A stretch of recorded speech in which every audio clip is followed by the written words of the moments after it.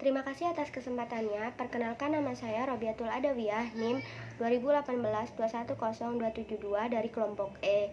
Jadi di sini saya menceritakan hal apa yang sudah dipelajari selama hampir 1 semester dalam mata kuliah akuntansi manajemen. Jadi yang sudah dipelajari di antara yaitu akuntansi manajemen sendiri itu menyediakan informasi yang dibutuhkan para manajer dalam mengambil keputusan. Selanjutnya yaitu mempelajari tentang istilah biaya relevan, biaya dan biaya kesempatan. Jadi klasifikasi biaya yang pertama itu berdasarkan penelusuran ke objek biaya. Biaya itu terdiri dari biaya langsung dan biaya tidak langsung. Yang kedua itu biaya berdasarkan perilakunya, terdiri dari biaya relevan dan biaya tidak relevan. Biaya relevan sendiri terdiri dari biaya diferensiasi dan biaya kesempatan. Biaya tidak relevan terdiri dari biaya tertanam. Biaya relevan yaitu biaya yang terjadi di masa depan dan berada di antara tindakan alternatif. Sedangkan biaya kesempatan yaitu manfaat potensial yang akan hilang bila salah satu alternatif telah dipilih dari sejumlah alternatif yang tersedia. Selanjutnya, biaya berdasarkan pertanggungjawaban biaya terkendali dan biaya tidak terkendali. Selanjutnya itu mempelajari tentang perilaku biaya dan penyusunan laba rugi. Jadi laba rugi itu ada dua, untuk pihak eksternal dan pihak internal. Untuk pihak jadi keduanya itu hanya berbeda pada perlakuan BOP tetapnya.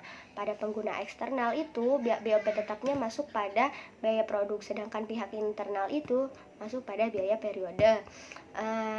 Selanjutnya yaitu mempelajari tentang pelaporan segmental dan melakukan penilaian kinerja. Jadi pelaporan segmental itu adalah laporan kontribusi laba dari berbagai aktivitas atau unit-unit dalam suatu organisasi. Yang selanjutnya yaitu mempelajari tentang penetapan harga dan harga transfer, penetapan harga jual produk dan harga transfer.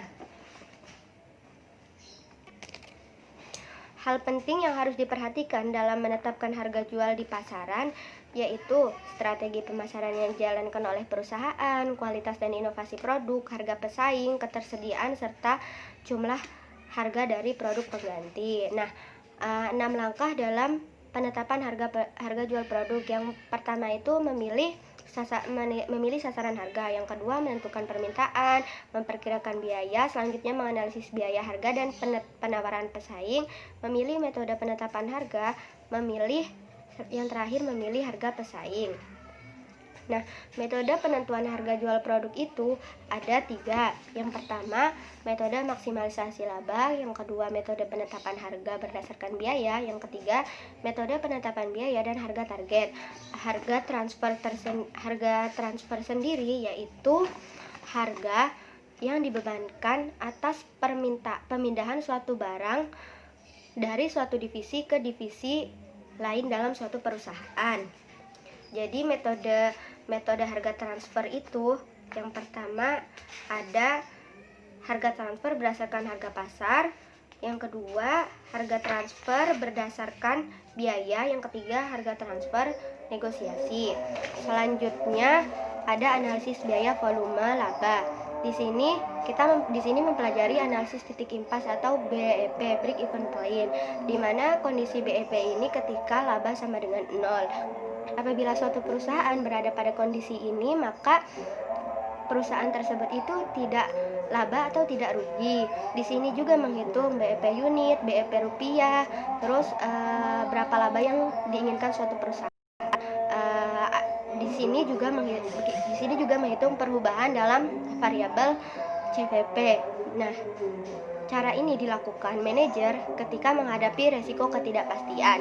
Alternatifnya itu ada berbagai macam cara, seperti meningkatkan iklan dan menaikkan penjualan, atau menurunkan harga dan meningkatkan penjualan, atau mengkombinasikan keduanya. Nah, dari beberapa alternatif ini dipilih yang paling menguntungkan tentunya. Selanjutnya ada pengambilan keputusan taktis. Ada dua macam yang dipelajari, yaitu keputusan membuat atau membeli, keputusan pesanan khusus. Pada pengambilan keputusan taktis ini tentunya dipilih biaya yang paling rendah. Yang terakhir yaitu mempelajari tentang activity based costing. Jadi di sini fokusnya pada biaya produk per unit. Cara mencarinya yaitu total biaya dibagi unit produk. Yang pertama itu tarif overhead keseluruhan pabrik. Caranya yaitu tarif overhead dikali output aktivitas aktual.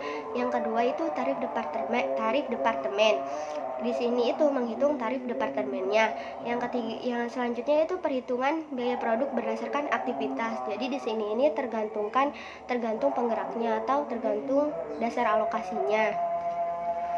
Yang selanjutnya yaitu manfaat yang diperoleh dari mata kuliah akuntansi manajemen saat ini dan untuk masa mendatang. Tentunya manfaat untuk saat ini banyak sekali, tergantung dari apa yang dipelajari.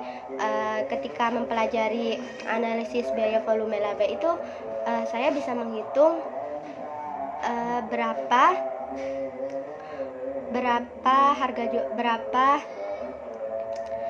laba yang saya inginkan. Selanjutnya bisa menghitung BEP rupiah, BEP unit.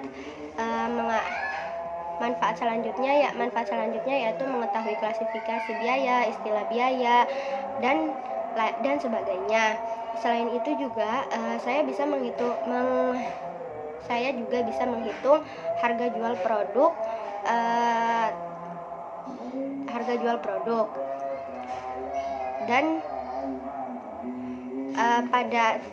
pada analisis biaya volume ini saya bisa menghitung biaya per unitnya.